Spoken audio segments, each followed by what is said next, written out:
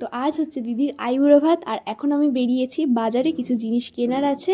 আর আমার একটা ফ্রেন্ডের বার্থডে আছে আজকে, তো তাকে আমি একটা ছোট্ট গিফট দিলাম এত তাড়াহুড়োর মধ্যে।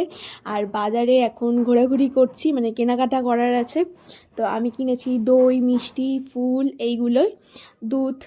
আর এখন তো আইবুড়ো ভাতের পুরো প্রিপারেশন চলছে। এখানে মা সবজি কাটছে, পায়েস করছে, এদিকে আমি ভাজা করছি, আর এদিকে দিদি নেল এক্সটেনশন করতে চলে এসছে।